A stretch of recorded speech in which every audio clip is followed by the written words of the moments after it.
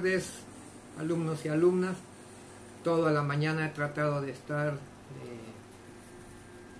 grabando la clase de psicopatología de la percepción y hemos tenido problemas técnicos para poderlo hacer. Espero que ahora sí podamos lograrlo. Decirles que dentro de 15 días vamos a tener el parcial, o sea, dentro de 14 días exactos. Pues las diapositivas, pero ahora vamos a subir la clase con algunas explicaciones extras. Esta clase corresponde a la clase del sábado 18 de abril, lo estamos haciendo el domingo 19 y se llama psicopatología de la percepción. Esta y la próxima clase del sábado 25 entrarán al segundo parcial de psicopatología 1. O sea, haciendo ya un consolidado de los temas.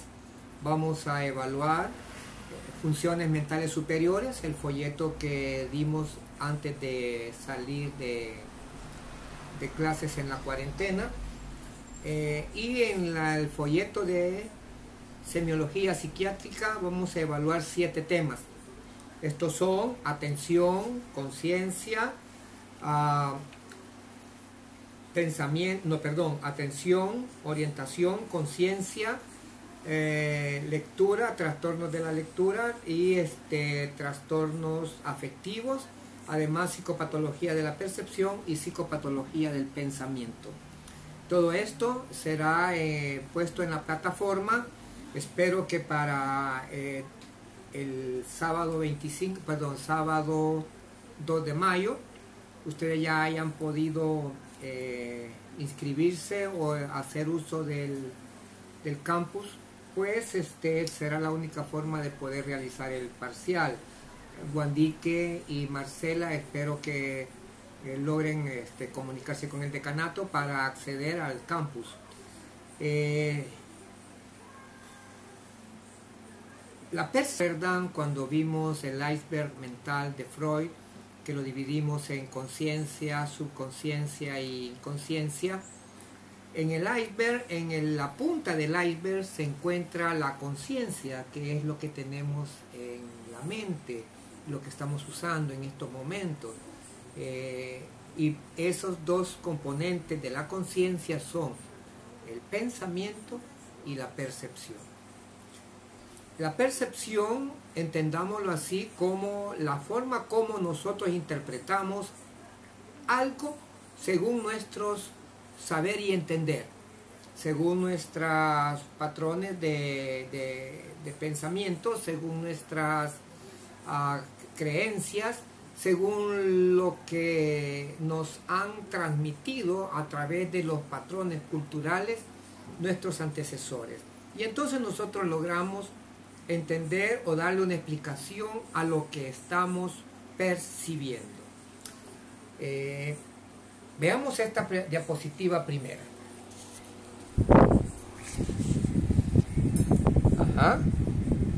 Al fondo de esa diapositiva ustedes pueden ver ya sea una imagen, la pueden interpretar como un cura con sotana blanca que va caminando al fondo del pasajito, o será un fantasma.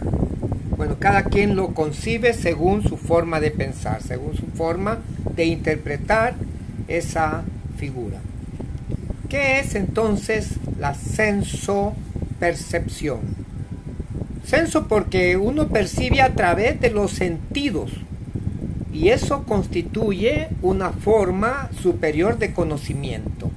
O sea, ¿qué percibimos a través de los sentidos, los 5 sentidos, y cómo lo interpretamos? Supone un proceso constructivo en el que el sujeto, en función de su experiencia, de su estado físico, porque hay personas que por el estado físico alterado pueden percibir otras situaciones, otras condiciones, la forma como las sensaciones procedentes de los órganos de los sentidos, cómo las interpretamos, según su estado físico, pero también según su estado afectivo. Una persona deprimida, una persona en estado maniacal, puede percibir distinto a la normalidad o la realidad como lo harían otras personas. Veamos entonces cuál es la diferencia entre percepciones y representaciones. En las percepciones, el objeto está ante nosotros, corporalmente presente. El espacio es exterior. El carácter es objetivo y son independientes de nuestra voluntad. Mientras que las representaciones, el objeto está ante nosotros, pero imaginativamente, o sea, lo imaginamos, representamos. Es ausente, el espacio es interno, el carácter es subjetivo y es modificable y provocadas a voluntad. También podemos decir que se refiere a algo anteriormente vivido o percibido o a algo ya inventado. Veamos entonces cuáles son las diferencias entre los distintos trastornos perceptivos. Y como ustedes pueden ver en la diapositiva, la fotografía que está ahí aparece la imagen en bosquejo de un niño que está sentado en las gradas y una niña ya en la realidad que está sentada en la gradita inferior, en el andén de esa calle, y cómo usted lo interpreta. Podemos entender que hay 4 trastornos perceptivos: la ilusión, las pseudoalucinaciones, las alucinaciones propiamente dichas y las alucinosis. En las ilusiones hay un objeto, en realidad hay un objeto real, pero hay una deformación de esa realidad. Son errores de reconocimiento de un estímulo real. Las pseudoalucinaciones son percepciones en espacio interno, con juicio de realidad viendo o interpretando.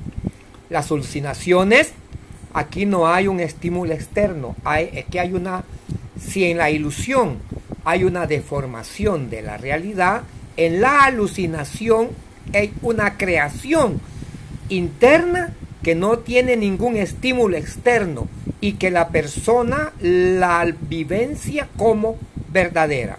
La persona que está teniendo una alucinación no tiene juicio de realidad. Y las alucinógenes, pues las alucinógenes, el sujeto critica lo que está viendo, trata de encontrar la explicación de lo que está viendo, como por ejemplo en las alucinosis alcohólicas. Veamos esa fotografía. Esa fotografía, si usted se le queda viendo fijamente al centro, usted podrá empezar a notar que los círculos empiezan a dar vueltas. Y no están dando vueltas. Estamos hablando ante fenómenos de la percepción. Usted percibe que están dando vueltas, aunque en realidad nunca se han movido. Son los movimientos de sus ojos los que causan ese movimiento en los círculos de esa fotografía. ¿Cómo podemos hacer una diferenciación, una evaluación? ¿Qué es lo que estamos en este momento experimentando con respecto a la percepción? Veamos. ¿Hay un objeto real presente durante la percepción? Si lo hay, estamos ante anomalías, ante una ilusión o ante una eidolia. Ya vamos a ver poco a poco todos uno de estos términos.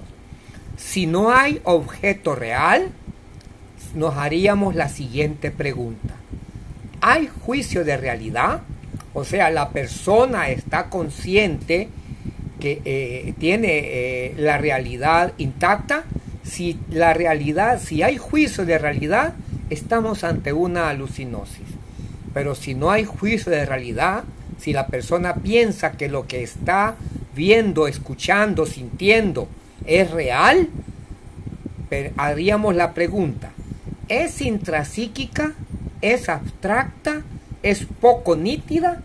Si es así, estaríamos ante una pseudoalucinación, o como cuando estamos despertándonos del sueño y a veces sentimos, o cuando estamos entrando en un sueño que a veces creemos haber estado ante algo de alguna sensación de que algo pasó, pero no estamos claros. Si no hay, si es concreta, si es bien nítida y si es intrapsíquica, entonces esto es una alucinación verdadera. ¿Cómo diferenciar los diferentes trastornos de la percepción? Y ahí lo tenemos ahí. Percepción, representación, ilusión, alucinación, pseudoalucinación y alucinosis. En el extremo superior tenemos los números 1, 2, 3, 4. En la 2, si hay corporeidad, o sea, si hay un cuerpo concreto, viveza o frescura sensorial, si es objetividad. Si hay una localización en el espacio exterior, en el 4, el juicio de la realidad es verdadero o falso sobre su origen. En el 5, hay un reconocimiento adecuado del objeto, cualidad de la imagen, y la sexta es una interpretación errónea. Y según como usted vaya poniendo con una crucita qué es lo que hay, usted va a poder dar a entender qué es lo que tiene. La psicopatología de la percepción lo vamos a dividir en alteraciones sensoperceptivas con objeto y alteraciones sensoperceptivas sin objetos. En las primeras tenemos las siguientes posibilidades: alteraciones sensoroperceptivas con objeto. Tenemos distorsiones. Vean en la fotografía, tenemos una imagen de una nube, como que en realidad se disfigurara un caballito. Esas son las que llamamos pareidolias. Alteraciones de la intensidad, pues ¿cómo se sienten estas alteraciones sensoperceptuales? Pueden ser hiperestesias, hipoestesias y anestesias. También tenemos alteraciones de los tamaños y formas. Estos llamamos metamorfopsias.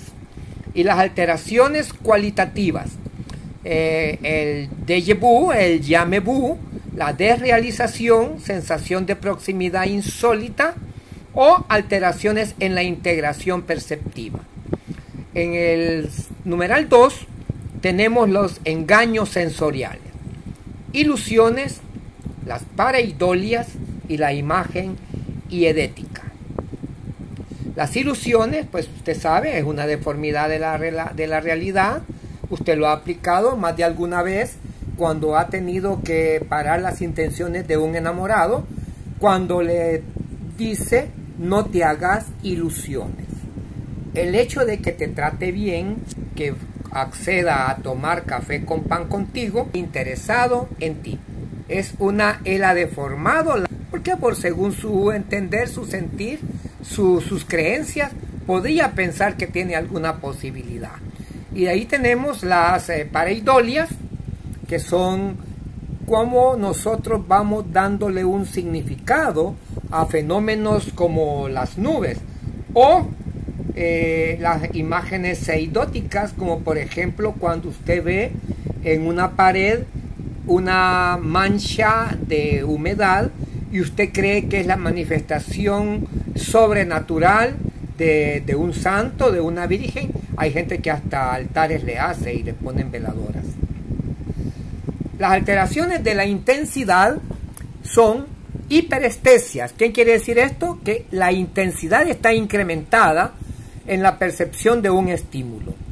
Todos los sonidos son altamente oídos.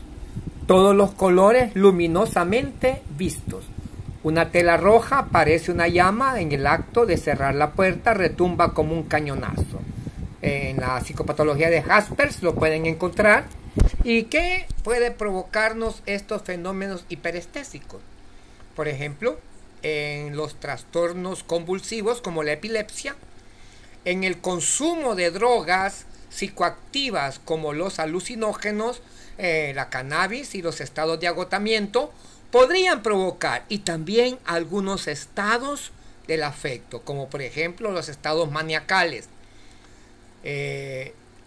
Los maníacos, desde un fondo emocional intensamente alterado, suelen quejarse de que algunas impresiones tienen para ellos una intensidad que se les impone de modo casi intolerable y contra la cual no pueden defenderse. Eso lo escribió Bach en 1965. Hipoestesias, por el contrario, son disminuciones en la intensidad de la percepción de un estímulo. Esto lo podemos obtener a través de trastornos del afecto, de trastornos mentálicos orgánicos en el delirium, cuando hay un traumatismo, un choque de cabezas, podría también hacer que la intensidad de la percepción esté baja y en el agotamiento grave. Y en el último caso, en las anestesias, hay abolición de la sensibilidad. Por ejemplo, cuando no hay sensibilidad al dolor, tenemos analgesia y puede presentarse en estados afectivos muy intensos, por ejemplo, en el combate. En cuanto al tamaño de la percepción, nosotros tenemos, y lo vamos a reconocer con el nombre de metamorfopsias, que son alteraciones en la percepción de los tamaños y las formas de los objetos o de uno mismo. Referentes a objetos tenemos las dismorfopsias, o sea, deformaciones en cuanto a objeto, deformaciones de la realidad. Por ejemplo, la dismorfofobia, que es cuando una persona que está gorda se ve en el espejo sumamente delgada. Ha deformado la realidad con respecto a su cuerpo. Y las desmegalopsias, que son en tamaño a lo que estamos viendo. Y lo podemos ver en dos formas. Uno, con un tamaño reducido, las micropsias, y dos, con un tamaño elevado, las macropsias. Y referente a uno mismo, la autometamorfopsias, deformación referida al propio cuerpo o miembros aislados del mismo. Alteraciones cualitativas. Extrañeza perceptiva, les parece que todo es distinto, todo parece asombrosamente nuevo, como si hiciera largo tiempo que se dejó de ver. Las desrealizaciones son sensañezas de extrañeza extrema que acompaña a la percepción de realidades conocidas. El entorno aparece como irreal, nebuloso e insólito. Se obtiene y se puede observar estos fenómenos en las depresiones neuróticas, como por ejemplo las depresiones con psicosis, la esquizofrenia y la psicosis de base orgánica, no funcionales, sino que de base orgánica. Eso lo vamos a entender mejor el próximo ciclo, cuando veamos los trastornos mentales funcionales y los trastornos mentales orgánicos. La despersonalización es el sentimiento de extrañeza acerca de su propio yo, al yo propio, al propio cuerpo. Sujetos sanos con deprivación sensorial o de sueño, cansancio, drogas, otra vez aparece aquí la sutil, suave y cannabis sativa o marihuana, en situaciones extremas de peligro y en experiencias místicas. Sensaciones de proximidad o distancias insólitas. Se observa en la esquizofrenia y en el abuso de alucinógenos. Supuestos reconocimientos. Y aquí aparecen dos términos que ya los mencionamos. El déjà vu es aquella sensación de que usted dice: esto parece que ya lo he vivido. Aunque usted nunca haya estado en un lugar, usted lo reconoce como que ya ha estado allí. Y el jamais vu es aquella donde, aunque usted haya estado en constante presencia de la situación, usted desconoce el momento o el lugar donde se encuentra. Y los trastornos de la vivencia del tiempo. Las alteraciones en la integración perceptiva. Escisión. El objeto es percibido. Se desintegra en fragmentos o elementos más simples. El paciente es incapaz de formar un lazo o un enlace entre dos o más percepciones de diferentes modalidades. Por ejemplo, usted puede escuchar el pájaro y usted puede escuchar el trino del pájaro, pero no puede asociar que es el pájaro el que está trinando. El pájaro trina en el jardín. Oigo el ave y sé que trina, pero que es un pájaro y que trina son cosas totalmente separadas. No podía reunir esas cosas, como si el pájaro y el trino no tuviesen que ver el uno con el otro. Las sensaciones, aunque de hecho están asociadas, parecen estar muy separadas, incluso en conflicto. Ejemplo, un paciente que está viendo televisión y experimenta un sentimiento de competencia entre lo que está viendo y lo que está escuchando, que incluso puede llevarle a mensajes totalmente diferentes o incluso contradictorios. Esto se puede observar en la intoxicación por mescalina. La mescalina es otra sustancia psicoactiva que se extrae del cactus peyote y que pone a las personas en intoxicación, en alucinaciones y también en la llamada enfermedad esquizofrenia. Otro trastorno de la integración es la sinestesia. Y aquí es que el estímulo entra por un sentido, pero se interpreta por otro sentido. Como cuando los marihuaneros de la clase dicen, vamos a escuchar la música a colores. Imagínense, el estímulo música la interpreta por los ojos, entra por los oídos, pero su resolución es en la vista. O como cuando usted dice, vamos a escuchar o vamos a ver el partido en cámara lenta. O los colores huelen, algo que entra por el sentido de la vista y se interpreta en el sentido del olfato. Eso se llama sinestesia. Asociación anormal de sensaciones. Fenómeno en el que un estímulo sobre una modalidad sensorial libera de forma automática e involuntaria otra sensación en un sentido diferente en el que se percibe, fusionado con el anterior, confundiendo la cualidad de ambos. Ejemplo, sonidos que huelen, colores que suenan o colores que tocan con las manos. Eso se puede observar en sujetos normales y en psicosis tóxicas, dada por alucinógenos. Engaños sensoriales, como las ilusiones, percepciones engañosas, falsas interpretaciones de los estímulos provenientes de un objeto real. Eso es lo que nosotros llamamos deformación de la realidad. Y diferenciar esto de interpretaciones y alucinaciones funcionales. La clasificación según Jasper son ilusiones de acabado o de la inatención. Por ejemplo, cuando se producen por relajación del nivel de atención. Son muy corrientes, sobre todo en forma de lectura, cuando vamos leyendo algo y decimos, ¿qué está diciendo? Y cuando volvemos a ver el texto, vemos de que no, que nos habíamos equivocado porque ha habido una inatención. O audición engañosa, lo mismo, corrigiendo automáticamente los hierros de un texto al ser leído o completando una frase oída parcialmente. Ilusiones afectivas. Están determinadas catatímicamente por sentimientos muy intensos. Ejemplo, situaciones de tensión emocional. Un sujeto atemorizado advierte en la noche figuras amenazadoras en las siluetas de los árboles. Podría ser que la silueta de un árbol lo confunda con un extraterrestre. Ilusiones fantásticas o pareidolias son las que habíamos hablado, en las nubes, en las manchas de las paredes, en base a la actividad de la fantasía sobre determinadas percepciones. Las dos primeras desaparecen con el aumento de la atención, pero las pareidolias se vuelven más intrincadas, detalladas y complejas cuando más nos fijamos en ellas.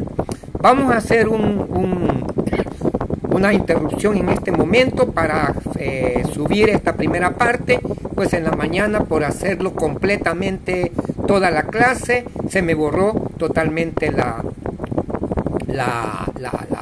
clase completa. ¿Ya?